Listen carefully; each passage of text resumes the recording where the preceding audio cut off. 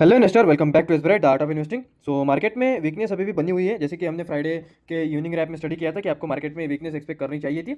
और वीकनेस का जो मैंने सबसे पहले लेवल आपको बताया था वो था 20 डे एक्सपोनेंशियल मूविंग एवरेज। तो 20 डे एक्सपोनेंशियल मूविंग एवरेज के नीचे यहाँ पे आज मार्केट ने क्लोजिंग दी है।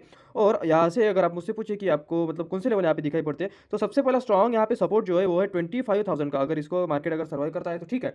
यहाँ से एक आपको पुल बैक की एक ऐसी एक्सपेक्टेशन रखनी चाहिए कि यहाँ तक एक पुल बैक आ सकता है और यहाँ से एक फ्रेश गिरावट आ सकती है।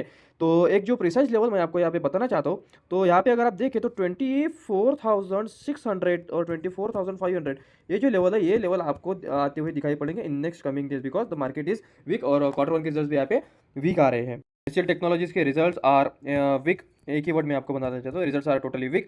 यहाँ पे अगर हम देखें तो revenue as per the estimation उसके हिसाब से देखिए 0.3% का यहाँ पे जंप है, लेकिन उससे यहाँ पे मार्केट को कोई भी फर्क नहीं पड़ेगा।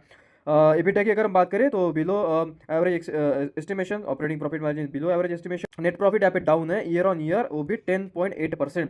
और क्वार्टर की अगर हम बात करें तो उसमें मार्जिन प्रॉफिट सेल सबके सब यहाँ पे डाउन है। तो टीसीएस के रिजल्ट्स अगर इतने मतलब वीक आएंगे तो बाकी कंपनीज के भी यहाँ पे रिजल्ट्स वीक आने की पॉसिबिलिटी यहाँ पे बढ़ जाती है। तो एसएल टेक्नोलॉजी के चार्ट की अगर हम बात करें तो यहाँ पे stock 200 day exponential moving average के नीचे चल रहा है। तो स्टॉक में कोई भी यहाँ पे चार्ट पे यहाँ पे कोई भी स्ट्रेंथ मुझे दिखाई नहीं पड़ रही है। तो लास्ट अगर यहाँ पे अगर हम देखें तो यहाँ पे एक सपोर्ट है 1500 का, कर सकते हो। और इसने डिविडेंड डिक्लेयर किया है 12 रुपीज पर शेयर। तो डिविडेंड अच्छा है, लेकिन कंपनी के रिजल्ट वीक है। तो टाटा टेक्नोलॉजी के रिजल्ट्स यहाँ पे आए हैं, सो रिजल्ट्स आर वीक, ठीक है। तो प्रॉफिट की अगर हम बात करें तो प्रॉफिट पिछले साल थे 162 करोड़, जो कि अभी आए यहाँ पे 170 करोड़। और यहाँ पे सेल्स की अगर हम बात करें तो सेल्स थी पहले 1269 करोड़ की और अभी आई है 1244 करोड़ की, ठीक है। तो यहाँ पे भी अंडर परफॉर्मेंस है।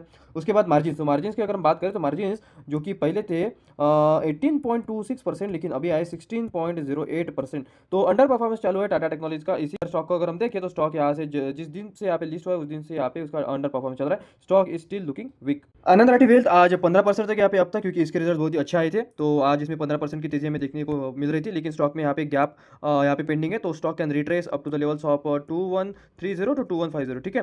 आज सीपीआई का यहाँ पे डेटा आया था, तो सीपीआई का डेटा अगर हम देखें तो सीपीआई अभी आया है 2.10%, जो कि पिछले मंथ था 2.82%। तो यहाँ पे जो भी इन्फ्लेशन जो भी है वो यहाँ पे कम हो गया है। WPI अगर हम देखें तो -0.13% यहाँ पे आया है, जो कि मंथ ऑन मंथ था 0.39% मई में। और मैन्युफैक्चरिंग का डेटा अगर हम देखें तो जो कि था 1.97%, अभी आया है 2.04%। तो इन्फ्लेशन यहाँ पे ड्रॉप हुआ है। तो एफआईएस ने यहाँ पे सेलिंग की है, डीआईएस ने आज बाइंग की है। तो टोटल आज 174 करोड़ की यहाँ पे टोटल बाइंग हुई है। तो ये थी मार्केट की कंप्लीट एनालिसिस। कमेंट करके बताना कैसी लगी, रियल अगर अच्छी लगी तो फॉलो जरूर कर लेना।